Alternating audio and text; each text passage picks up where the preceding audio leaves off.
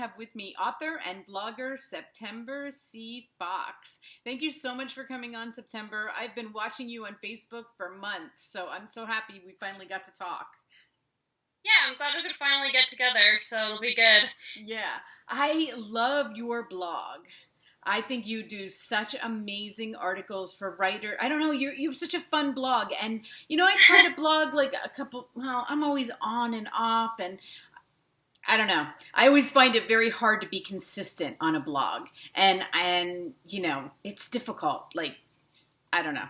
I was doing it for me for a while, but then I was like, and then I'd lose it and then I get back to it. So, I mean, what has your experience been? I think when I was starting out, I didn't have a set schedule, I was just trying to just kind of start getting into it. But I did find I was kind of blogging at least once a week. I just have a specific day. So now I pretty much I try to do a new post every Monday. Sometimes if there's a holiday or something crazy, I don't get it done. But I like to write the post or the article a few weeks before so I can feel like I'm on top of things. And then if I am busy one week, I already have something that I can just post up that's ready to go. So that's kind of the way I approach it.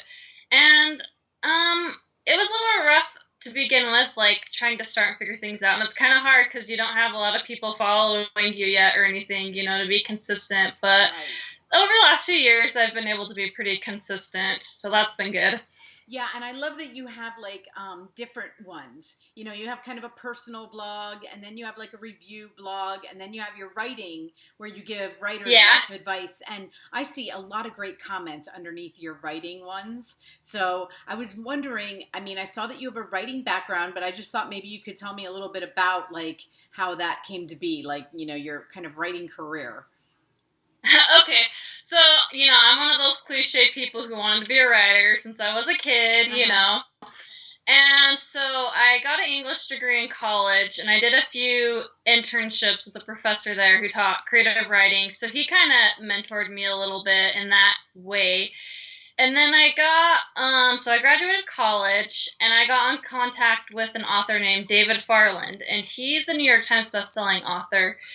And he offered me a temporary job for 2 weeks, and so I thought that was a great opportunity. Mm-hmm. And I had kind of applied to work at a publishing place, and I applied to grad school, I was just trying a bunch of different things. Anyway, so I worked for David for 2 weeks, and I guess he really liked my work, so he's kept me on ever since. So that's what I do. I work for him part-time.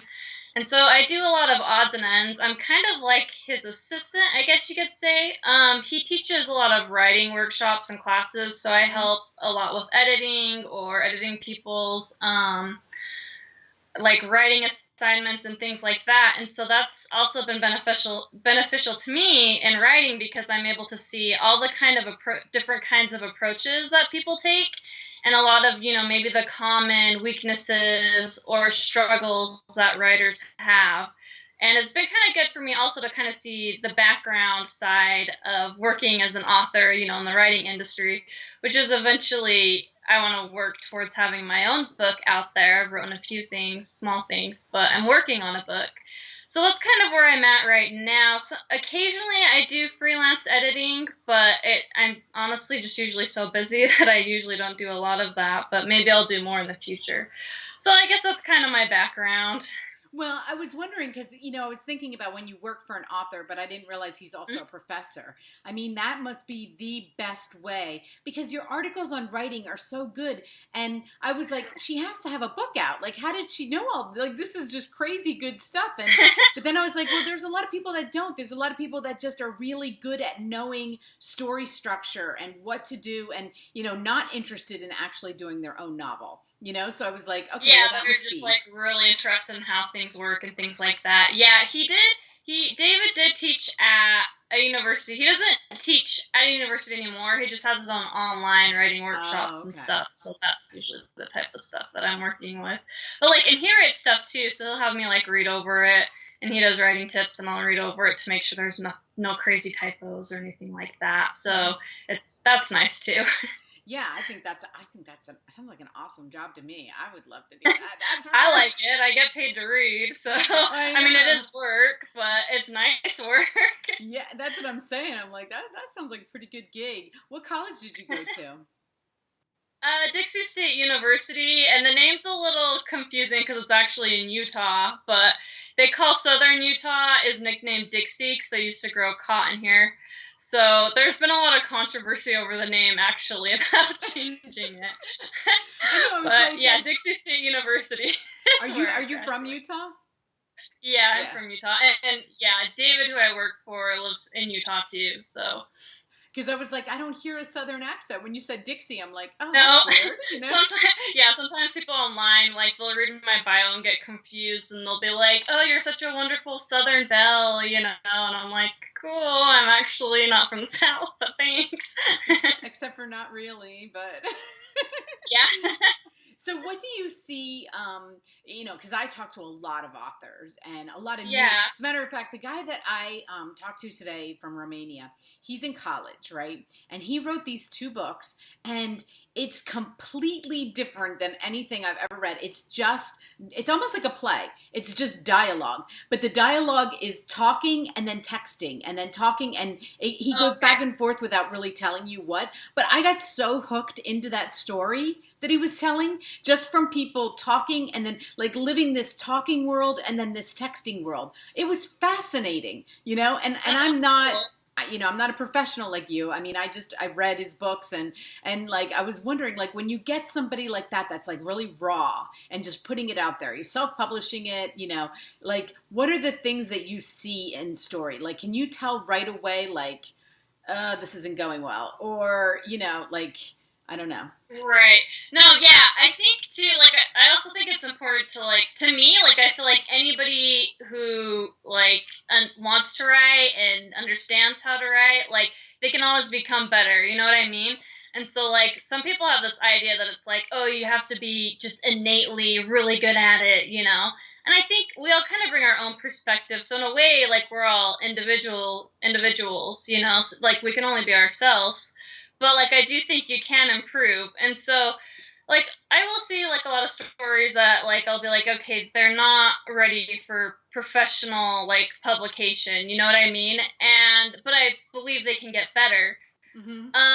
So some of the things, like, I don't know, some things are kind of more obvious. Like, a lot of times with newer writers, I'll look over their manuscripts, and there'll be, like, something, like, a component missing. A lot of times it's setting, which might sound kind of weird, but it will be like the opening and you like, or it's dialogue or something and the characters are talking, but like, I don't know where it's taking place, or it's like missing, I don't know how many characters are in this scene. So sometimes it's like, there's just components missing. And so I'm like, okay, this writer needs more practice. They're not very aware of all the elements.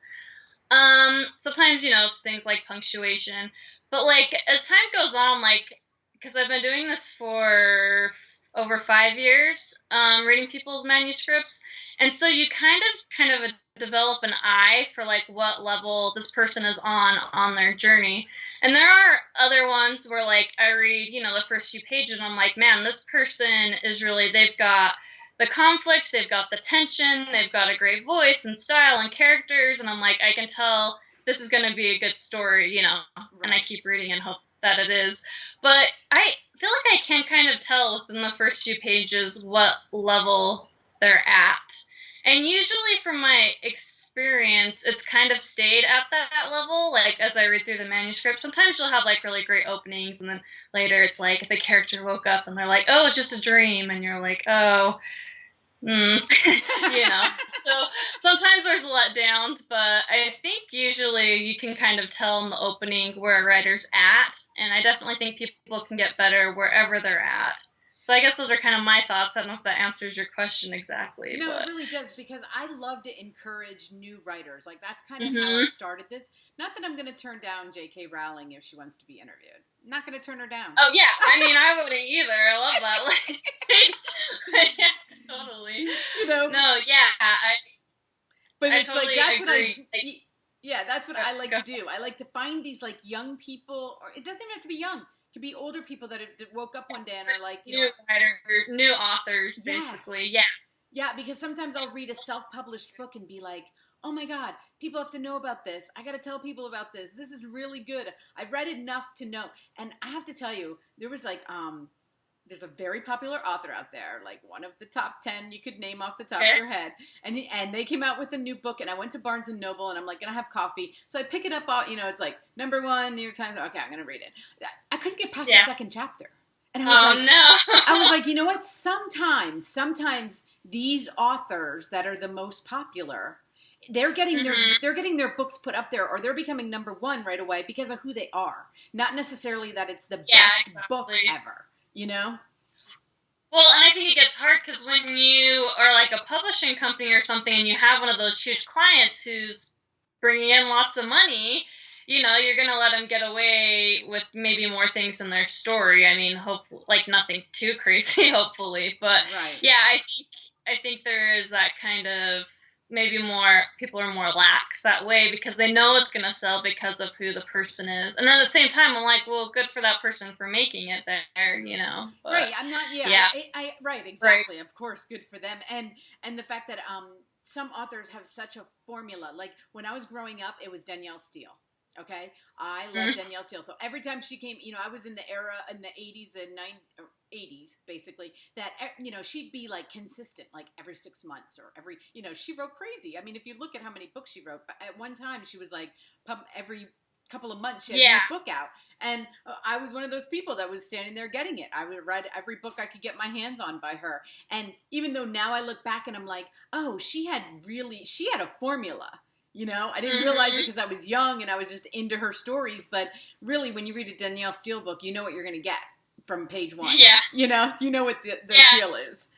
You do see stuff like that. I think usually the general audience doesn't really notice that. I think you have to be like either reading a lot or into writing stuff, But my brother talks to me a lot. We're pretty close, I'd say. So he gets to hear a lot of writerly things from you. And he was watching a television show. I can't remember which one it is, but he was sick and he was like marathoning it. And he realized that they were all following the same formula. And he's like, okay, I know that the criminal is going to show up like 15 minutes into the episode, even if we don't know who that is yet, And so after that, he's like, I don't know if I can watch this anymore.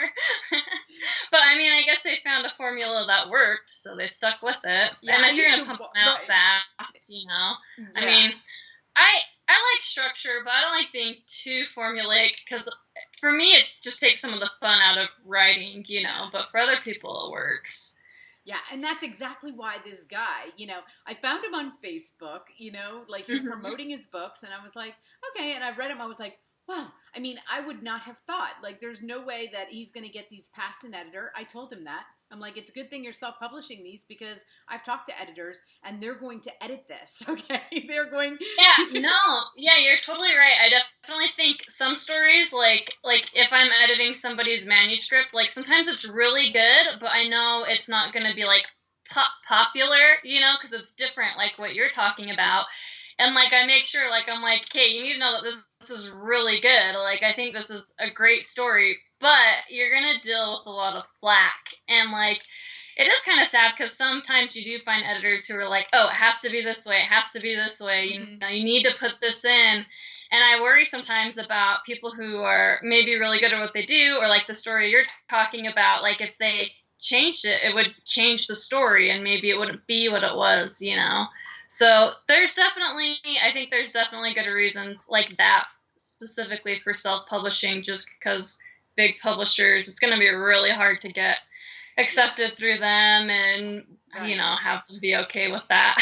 Right. But the good news is, what I told him is that, and I'm sure you tell your people, is that there is social media and you can self-publish and you can just get it out there and you get a couple of good reviews on Amazon and get the word out. And, like the world is kind of open in that way. Like it's not all just, doom and gloom if you don't have a publisher right away. And sometimes publishers will chase them. And then he'll get more of a set. True that, if he gets popular. A few times. Yeah. And I think self-publishing is becoming kind of more popular. Like, before it was kind of like there was a stigma, And, like, I get it, because anybody could just type something up and just publish it, So it makes it harder to stand out for the people who are serious or working at it. But I think a lot of that stigma is starting to go away, which is nice. And I think even just like the story you're talking about, it's like if it wasn't for self-publishing, I don't know if you'd find those people because they wouldn't get out there, they wouldn't be in the bookstores. So, right. yeah. Right. So it's fun for me as a reader to discover, like I said, it's like fun to find people that aren't that popular and be like encouraging, be like, no, this is really, really good. Keep at it. You never know, just keep writing. And that's what I told him. He has 2 books. I'm like, everybody always says it's their 3rd book. Keep writing, That is, everybody says like 3rd, 4th, or maybe 5th, is when you have that strong readership, but. Yeah, and a lot of times, like, they'll write more books and then they go back and read their first book and then they get it. They're like, oh yeah, that wasn't good. That's true. Because I've heard a lot of authors say that, like they think their first one's like going to be a bestseller and then they read a couple more and they go back and they're like, oh yeah, it did have holes, or it did, I could fix that. Because of course, like anything, keep doing it and you're going to get better, So. Yeah. Anything like that. So I have to tell you, when I was preparing for our interview, I'm reading out your blog, and I'm going through it last week, and I saw that you were a huge Sherlock fan, right? Yeah, I like Sherlock. Yeah, and I was like, I never saw it. I need to watch. It's one of those shows that just kind of slipped past me, but I love Benedict, and I was like, you know what, I'm going to watch it, and I did watch the first 2, but the first 2 series, they call them, because they're longer than... They're like an hour and a half. It's like 2 episodes. Yeah, the 2. So I watched 2 seasons or whatever. Like, what does he have? 4 seasons? I think I watched half of them. It's something like that. Okay, so you watched the first 2 seasons. Okay, but so you got to Moriarty and stuff. Yeah, but I was having the harder. I kept finding myself rewinding because I felt like I couldn't hear everything they were saying. Like the accent started to get... Because of their accents, yeah. I've done that before. Like, my family, if I'm watching with them, they're like, you have to turn up really loud because I can't tell what they're saying. Yeah, I totally understand why you like it, because it's a great story and they're great actors. And what was really funny is that I homeschool my youngest son, and his project this year was The Hobbit. And I had just watched the Hobbit movies, and then I turned on Sherlock, and there's Bilbo, and I was like, oh, I know. That was kind of funny. He also, let's see, Martin Freeman, I think that's his name, right? Yes. He also played, my family was a huge fan of The Office, and he actually plays, I don't know if you've watched it, but he plays... Oh, in the UK, he plays the equivalent of Jim, and I'm like, what? I know, isn't that crazy? He's so good, though. He's really good. He is really good. Yeah. And I love how you do that. I love how you do different movies and shows and stuff like that, because I like to, when I'm watching it, I find like I'm kind of dissecting it as I'm watching it. Yeah. Especially now that I talk to a lot of screenwriters. So movies, I find I'm really like, as I'm watching a movie, I'm starting to pick up stuff. And they always tell me, like, a story's a story, whether you're reading manuscripts from, for a book, or you're watching a movie or a show. So I'm sure that's what happens with you too, because you're so into the stories that you can easily tear them apart and figure it, and give a good... Yeah, I like dissecting things and analyzing things and what I thought worked and what didn't, But I think you're right. I think a story is a story, whether it's a movie or a book, people kind of have this thing where it's like, well, it's good in a book, but you shouldn't watch a movie, because it's lazy. Right. And I mean, there's a balance, you probably shouldn't watch movies all day, every day. Right. But I think you can learn, like, especially if you're interested in writing, you can learn a ton from watching movies on what works and what doesn't. Absolutely. And I'm one of those, like, movie people where I'll, like, as soon as I watch a movie, I go online to see the quotes, because I want to see because while I'm watching it, I'll hear a line and be like, okay, that's going to be a quote. That's going to be a quote. Because I love quotes and I love the writing. I pick it up. I can pick that up pretty quickly, and I like to do that even for the authors that I read. I always tell them to come up with quotes. They should come up with quotes, and because they can that can make them more popular too if they come up with a good line and put that out there. That's true. I'm sure when you're reading, I mean, don't you find like you'll find something and be like, oh my god, that's quotable, like right there. Yeah, like I'm like, oh, that's a really great line. Like, even some of the things, like when I'm looking at dialogue, one of the things that I kind of look for to see, like, what level dialogue it's at is, like, is there a quotable line in it, that people are going to remember? And there's some movies where you think back and you can't remember, like, one line that comes to mind, but then other movies, people will just quote just for the fun of it. So it's like, okay, they have a winner in some of those lines. Right, and some of them, but then others you're like, okay, some of the teenage girls get a little carried away with their quotes, but yeah. So you're working on a novel now, right? Your own novel, and can you tell us anything about it? Yeah, I don't have like a pitch and stuff like prepared, so it might not sound amazing. But I'm working on a young adult fantasy, and I'm kind of playing with like the angels and demons type of side of it, but not like from a religious perspective, just like that they're like creatures, you know. So I guess the setup is basically the main character, he's like the prince of these angels, and the demons kind of attack him, so he has to go into hiding here in our world and has to kind of try to blend in. So it's kind of a fish out of water story. And I guess I'd say that's kind of how the setup is. There's some humor and some drama and some mystery, and I'm working on that, so we'll see how it shapes up. But I feel pretty good about it so far. I love that. It kind of sounds like Supernatural, because I watched Supernatural. See, I haven't seen Supernatural, but I've heard good things about it, so maybe I should watch it sometime. Yeah, Supernatural has this, like, they're in, like, season 10 or 11 now, but they had, like, the first 5 seasons were, like, one part, and then the angels come into it, and then it's like season 6 on is, like, involving angels and demons, but the first 5 seasons are, like, them chasing demons. So it's kind of, 2 separate shows, I call it, but, but they're great. So you should watch it. I think you might, I don't know, who knows what you'd pick up out of it, but might be worth your time. But I love young adult. Like, there's so many shows, I'm like, I need to watch that, everybody's talking about it, so. So many shows. I'll have to look into that one. I know, so many shows, not enough time. Not too many shows, especially with Netflix and Amazon. I know. Too many shows and not enough time, but I love young adult. I've been reading a lot more young adult fantasy since I've been doing this because it's kind of it's very popular. And what's crazy to me is that when I was that age, there was no such thing. There was no such thing as there was no such thing as young adults. Yeah. No. You either read like children's books, and then you had to decide when you were going to make that jump, into and do the classics. The classics, and then make the jump into like adult books. But then, my mom would be like, "No, you're not reading that." Like it would be really adult books. So. That's not age appropriate, right? But that's what I love about young adult. Like now, you go into Barnes and Noble, it's one of the bigger sections of Barnes and Noble. Yeah, it is. It is. Yeah, I like it too. I mean, there are some people in the world, whether it's like scholarly or in the writing world, that's still kind of like, oh, young adult, because I think it hasn't been around as long. But I mean, you can find some really great stories in that genre. It's a lot of fun. Yeah, absolutely. I mean, I like historical fiction is probably my favorite to read. Just because I like history, but I have to say, like, young adult, fantasy, paranormal, like, that's my second favorite.